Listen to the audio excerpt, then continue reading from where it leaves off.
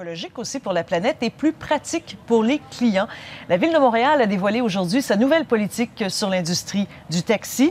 Alors, Anne-Louise Despatie, il faut préciser d'ailleurs que ces changements, c'est pas pour demain. Non, ce n'est pas encore un plan d'action, mais c'est une politique, comme l'avait promis Denis Coderre, et une politique qui amène beaucoup de changements. Le maire Coderre a consulté, il voit grand. Alors d'abord, au niveau de la sécurité, pour éviter que ne se reproduisent des agressions comme celle qui a coûté la vie à Ziad Bouzid en novembre dernier, le maire opte pour les caméras dans tous les véhicules. La Ville devrait en faire un règlement et donc ce sera obligatoire. Pour des raisons de sécurité, mais aussi pour faire entrer l'industrie du taxi dans le 21e siècle, le paiement électronique disponible dans toutes les voitures, des applications pour téléphone intelligent également, de la géolocalisation pour tous les véhicules de l'ensemble de la flotte.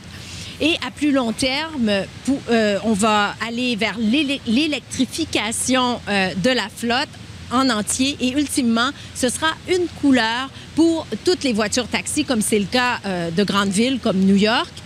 Ce qui est moins précis, c'est combien coûteront tous ces changements. Le maire aimerait bien que ça se fasse à coût nul. Alors, il a parlé de publicité, notamment dans les taxis. Il y a un autre flou également, l'échéancier. On écoute ses explications. Ce qu'on avait besoin, en quelque part, c'était cette volonté politique d'agir. Donc, aussitôt que vous avez déjà cette volonté politique, on est en mesure de pouvoir amorcer tout de suite le travail. Il y a des choses qui vont prendre plus de temps. Exemple, la question de l'électrification, la question des voitures hybrides. Alors, ça fait beaucoup de changements, ça, pour les chauffeurs de taxi. Comment ils réagissent? Alors, écoutez, il y a 4200 taxis à Montréal. C'est plus qu'à Toronto. Le quart sont des chauffeurs indépendants. Ils s'inquiètent de l'aspect financier de tout ça. On écoute un de leurs porte-parole. Un chauffeur qui, après 12 heures de travail, après ses dépenses, il a de la misère à rentrer chez lui avec 75 $.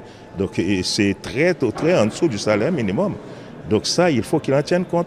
Parce que je comprends la sécurité physique, c'est bon, mais la sécurité financière, ça nous détruit. Ça devient physique finalement. L'opposition émet des bémols également. On écoute Richard Bergeron. Ce sont de bonnes mesures.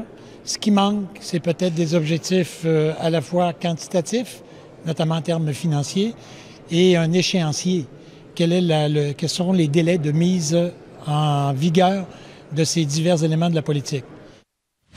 On a sondé quelques Montréalais. Pour eux, ce qui importe le plus, c'est la propreté. Il y a beaucoup de problèmes de ce côté-là. Le maire Coderre dit que pour cette amélioration-là, l'échéancier, c'est tout de suite. Ah bon? Merci beaucoup, Anne-Louise. Au revoir. Au revoir.